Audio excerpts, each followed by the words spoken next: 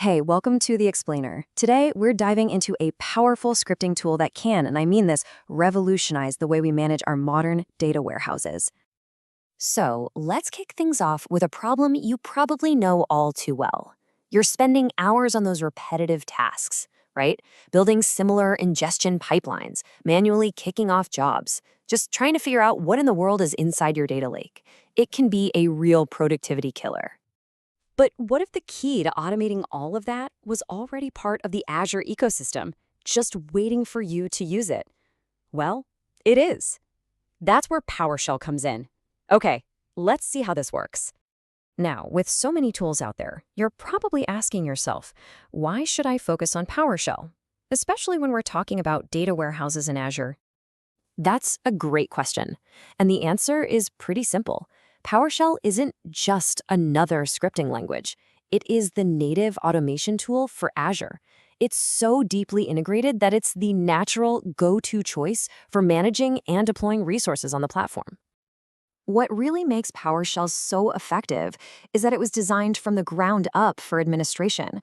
That deep integration with services we use every day, like Azure Data Factory and Data Lake, is precisely what gives it so much power for warehouse automation. So that covers the why. Let's get practical. Think about one of the most repetitive things we do, building ingestion and cleaning pipelines for new data sources. How can PowerShell speed that whole process up? This is one of my favorite uses. Instead of manually building every single process, we can use what's called a code generation pattern. First, you define your source data in metadata. We'll call these data contracts. Then, you create some generic SQL templates that have placeholders. And finally, a PowerShell script reads those contracts and injects all the specific metadata right into the templates, generating all the SQL artifacts you need in seconds. And the idea here is powerful because it's so simple. The script just takes a template like this and swaps out the placeholders with the actual column and table names from your data contract. Just imagine generating tables and stored procedures for dozens of sources instantly. It's a game changer. That kind of code generation is a huge time saver, for sure. The automation doesn't stop there. What about controlling the pipelines once they're actually built? Let's say you want to trigger and monitor a job without ever having to open the user interface. Well, this is where PowerShell's built-in commands, they're called cmdlets, come into play. The core command you need to know is invoke-Azure Data Factory v2 pipeline. With just this one line of code, you can trigger any pipeline and pass in whatever parameters it needs. And here's the crucial part. This isn't a fire and forget kind of deal. You can easily script a little monitoring loop that checks the pipeline's status, say every 30 seconds, and then waits for it to finish. This gives you complete operational control, all from one central script. All right, let's talk about another common headache, the data lake. Sometimes it can feel like a total black box, right? Just this sprawling, complex folder structure. How can you possibly get a quick overview without clicking through hundreds and hundreds of folders in the portal?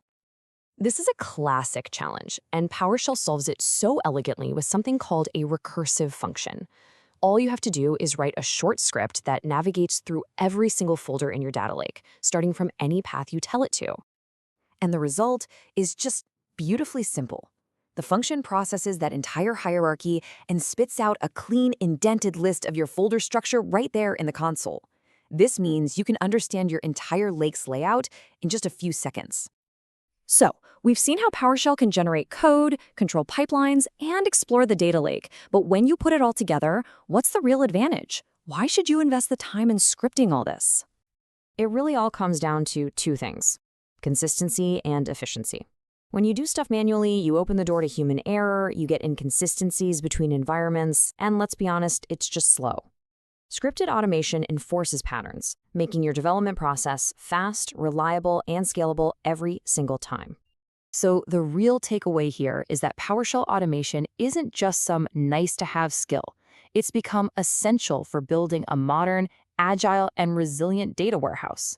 And that leaves us with a final thought. What's the very first task in your workflow that you're going to automate? If you found this explainer helpful, please do us a favor and hit that like button, share it, and subscribe for more deep dives into complex topics just like this. Thanks so much for watching.